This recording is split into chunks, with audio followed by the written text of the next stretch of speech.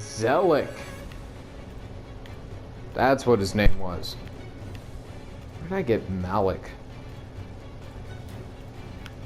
Oh, that's from... Oh, it was from Agents of S.H.I.E.L.D.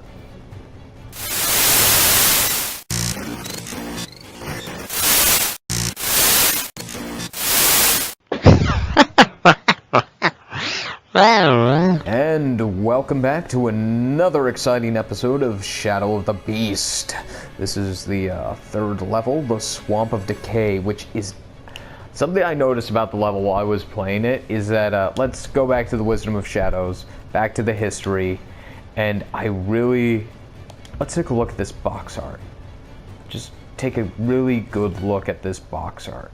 Look at all the details, all the creatures. Oh, this might not be the box art, but it's all...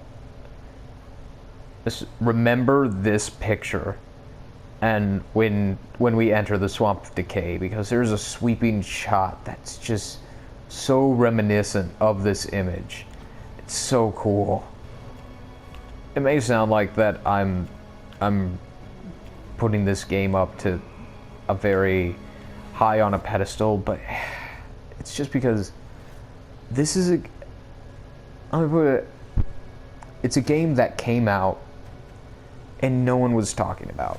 No one's been talking about this game. I saw the Gamescom trailer when it was first announced, and then 2 years later, well, I saw the interview with the interview at E3 at like 2014 or something about this game.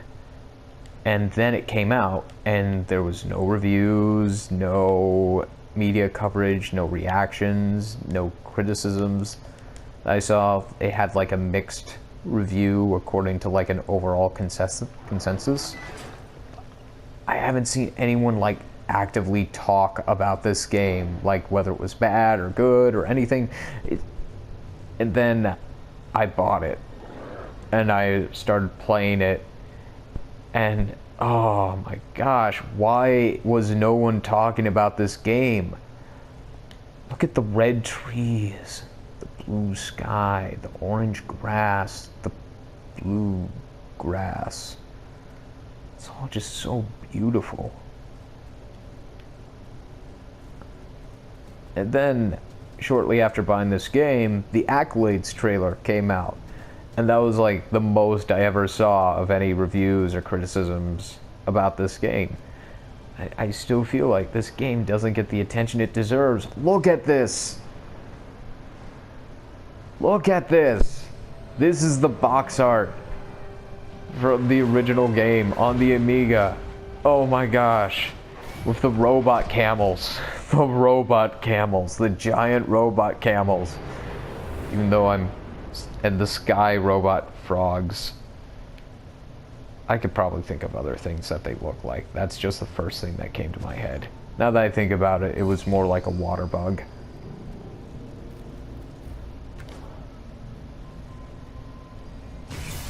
But Swamp of Decay is another stupid fall damage.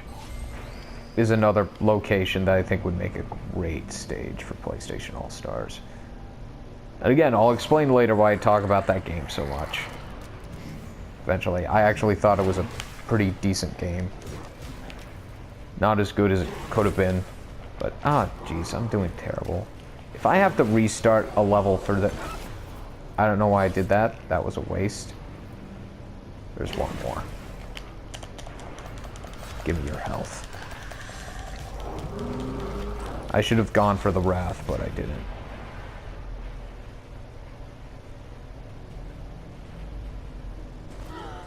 Don't try to run, ZELEK. You tortured me. You made me kill my own father. You kidnapped me as a child. You deserve everything that you got coming. Oh my god.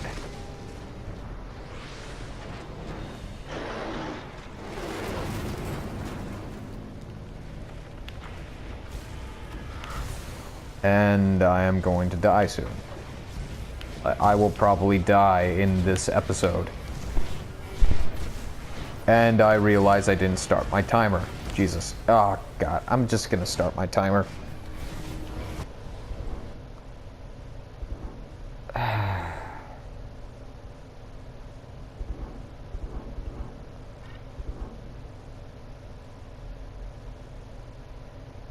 Sure, let's resurrect using an elixir. I have never actually used an elixir before. So this is kind of embarrassing.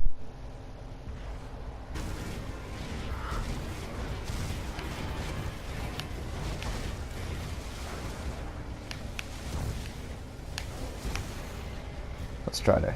There's actually a seal. Yeah, there's a seal in the middle of the grass here.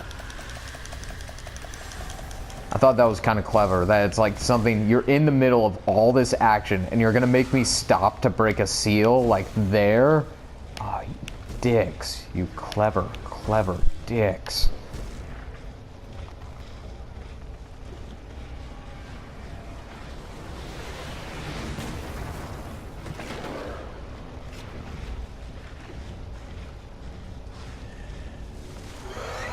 And we're gonna get to ride on the back of a robo-camel. It's awesome. Now, I remember there was a trick to countering these guys.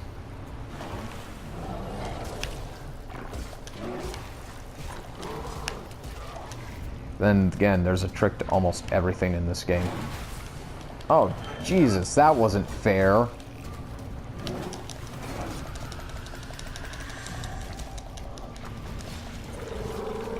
Give me the wrath.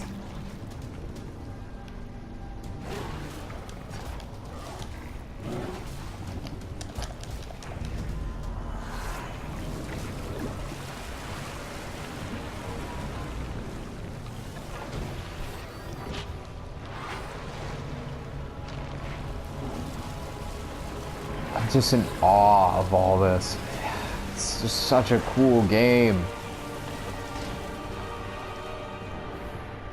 Look at this. Just look at this.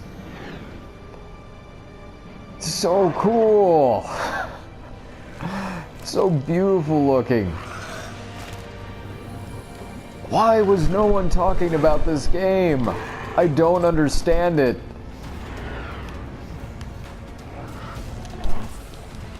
Ah, great.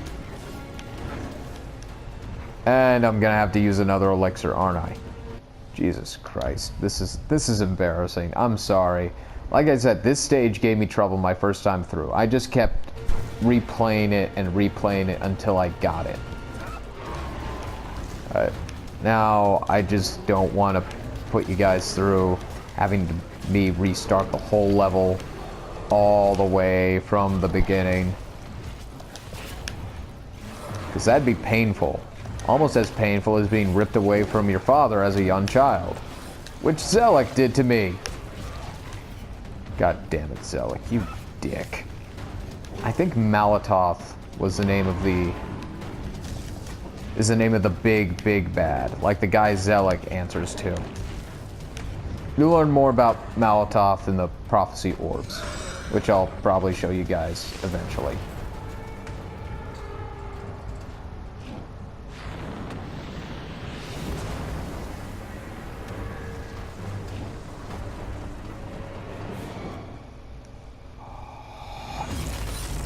Right into the flying aqua bug.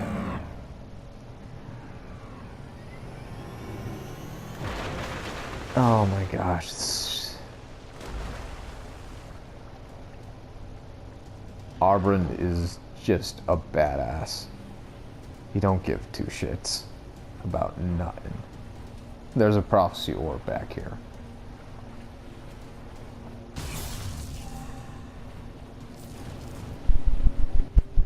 And I'm actually going to have some time. I'll just show you all the prophecy orbs up to the point that I got. That's what you get, ZELEK.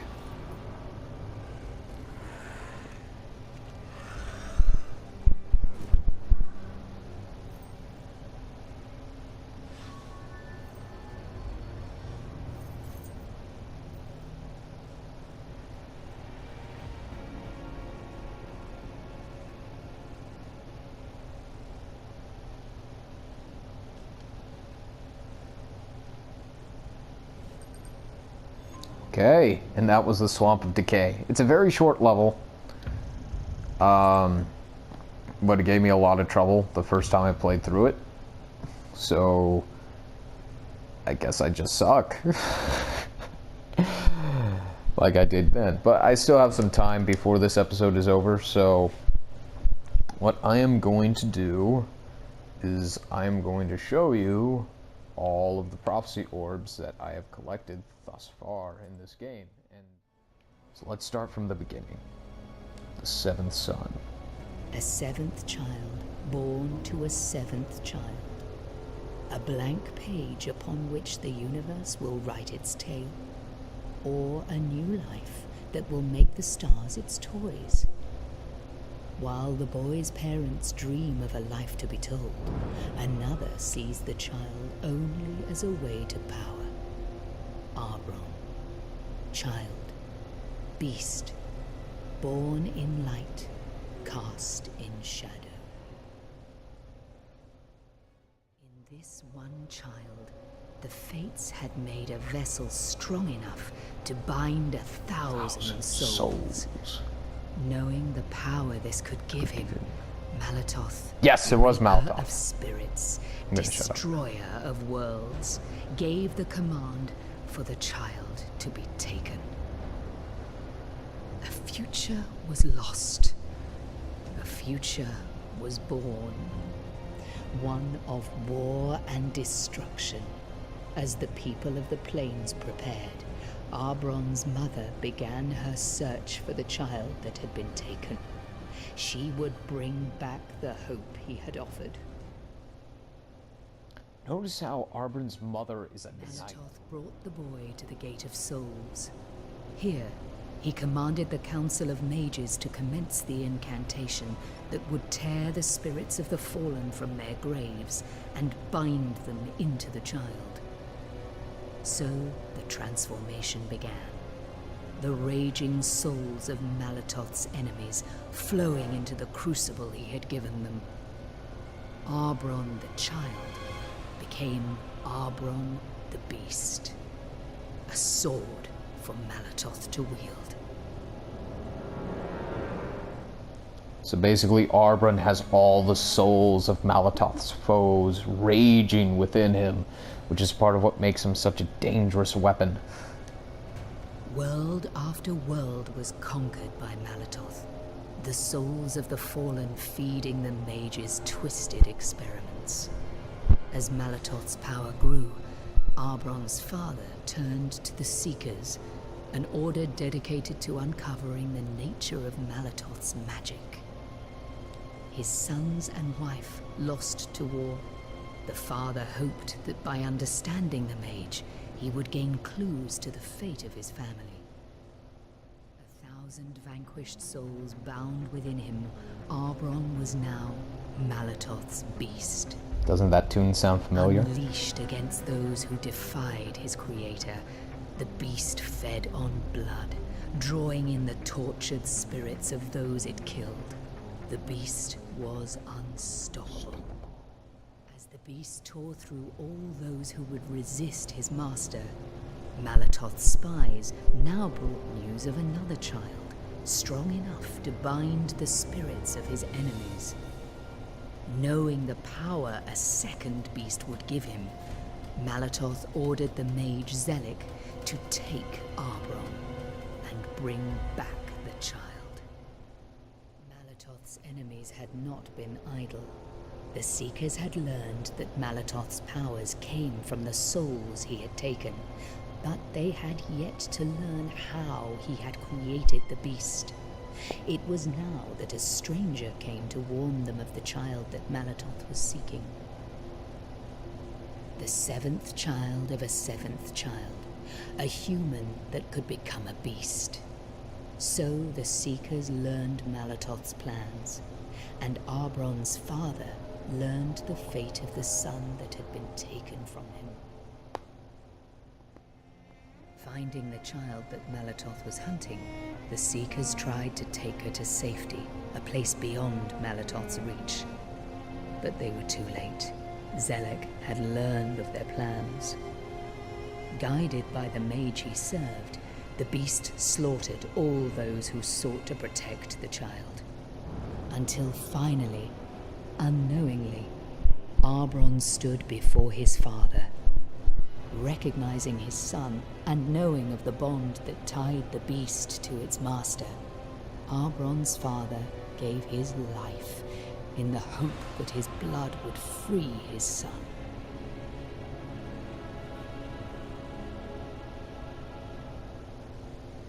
And boy, was he right.